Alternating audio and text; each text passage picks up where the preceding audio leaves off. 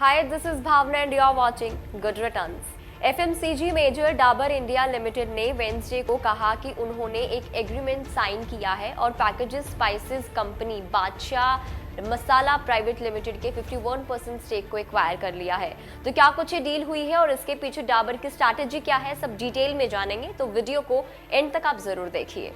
डाबर एक packaged consumer goods company है जो करीब 250 से ज्यादा प्रोडक्ट्स बेचती है। डाबर के प्रोडक्ट्स ग्लोबली 60 से ज्यादा कंट्रीज में बिकते हैं और अब कंपनी ने ब्रांडेड स्पाइसेस मार्केट में एंट्री कर ली है और बादशाह मसाला के 51% शेयर्स को एक्वायर कर लिया है।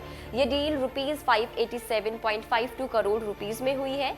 बादशाह एंटरप्राइजेस की वैल्यू 1152 करोड़ रुपीज लगाई गई थी।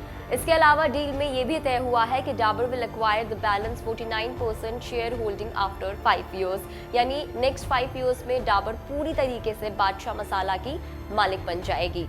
बादशाह मसाला के पास 2 मैन्युफैक्चरिंग फैसिलिटीज हैं जो कि गुजरात में है। ये 52 प्रोडक्ट सेल करती है। Company ground spices, blended spices and seasoning की मैन्युफैक्चरिंग, मार्केटिंग और एक्सपोर्ट को संभालती है। कंपनी इंडिया और इंटरनेशनल मार्केट में अपने प्रोडक्ट्स बेचती है। 1/3 बिक्री का हिस्सा इंटरनेशनल मार्केट से आता है और 83% कंपनी का रेवेन्यू ब्लेंडेड स्पाइसेस से आता है। बादशाह मसाला की शुरुआत 1958 में हुई थी। जवाहरलाल जमनादास झावेरी शुरुआत में साइकिल से मुंबई में सिर्फ गरम मसाला और चाय मसाला बेचा करते थे। उसके बाद मुंबई में एक यूनिट सेटअप की गई और फिर गुजरात में 6000 फीट में फैक्ट्री लगाई गई। फाइनेंशियल ईयर 2021 में बादशाह मसाला का टर्नओवर 154 करोड़ था। इंडिया में कंपनी के 800 डीलर्स और 25 स्टोर्स हैं। Every month company almost 1532 ton मसाला प्रोड्यूस करती है। इस डील के पीछे डाबर का मकसद क्या है, इस पर मोहित बर्मन जो कि डाबर के चेयरमैन हैं, उनका कहना है कि the Indian spices and seasoning category is large and attractive market और बादशाह मसाला इस स्पेस में एक की प्लेयर है। सो बादशाह में उनकी इन्वेस्टमेंट फूड्स बिजनेस को एक्सपेंड करने में हेल्प करेगी। इंटरनेशनल मार्केट में खुद को डाबर और ज्यादा स्ट्रॉन्ग बनाना चाहती है। कंपनी का प्लान अगले 3 साल में फूड्स बिजनेस को एक्सपेंड कर 500 करोड़ का है। इंडिया में branded spices and seasoning market is worth over 25,000 crore rupees और इसमें अब डाबर की भी एंट्री हो गई है। अब अगर हम डाबर के प्रॉफिट की बात करें तो कंपनी ने अपने सितंबर क्वार्टर के रिजल्ट्स जारी किए हैं जिसमें कंपनी का करीब 3% का घाटा हुआ है। एक साल पहले कंपनी का मुनाफा 505.31 करोड़ रुपीस था, लेकिन अब गिरावट के साथ ये 490.86 करोड़ रुपीस हो गया है।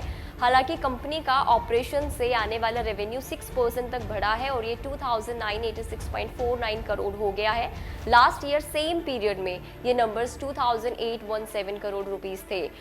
अगस्त में डाबर इंडिया के शेयर्स दबाव में थे, but after this acquisition shares में तेजी देखने को मिल रही है। नेशनल स्टॉक एक्सचेंज में ये स्टॉक 1.5% ग्रोथ के साथ ओपन हुआ। शेयर मजबूत होकर 548 प्राइस पर पहुंच गया है।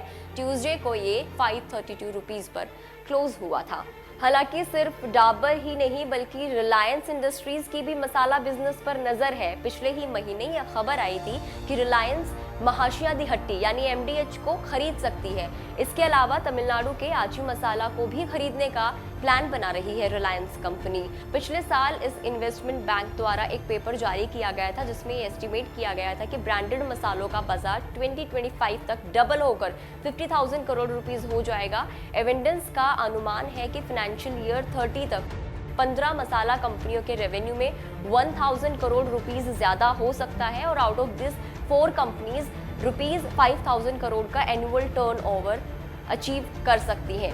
That's all in this video. आपको इस डील को लेकर क्या लगता है हमें कमेंट करके जरूर बताइएगा। See you in the next video and do subscribe to Good Returns. Bye.